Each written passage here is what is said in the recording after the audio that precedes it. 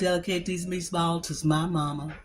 We call Lee meatballs. They are so fabulous. My mama made the best meatballs to me.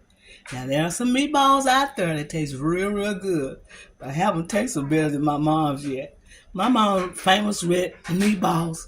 It's so delicious, y'all. They so wonderful.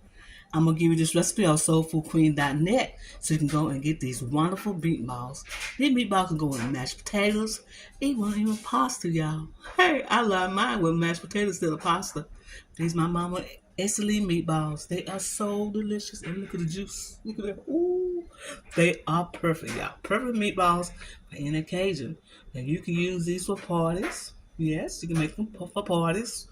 Or you can just have them there for people to just enjoy them. This is Sarah. I want to tell you happy eating and thank you for coming to my channel and getting these wonderful recipes. And I have this recipe at soulfoodqueen.net so you know how to make Lee meatballs. They are fabulous, y'all. Fabulous, fabulous, fabulous. Don't you like meatballs? You will love these.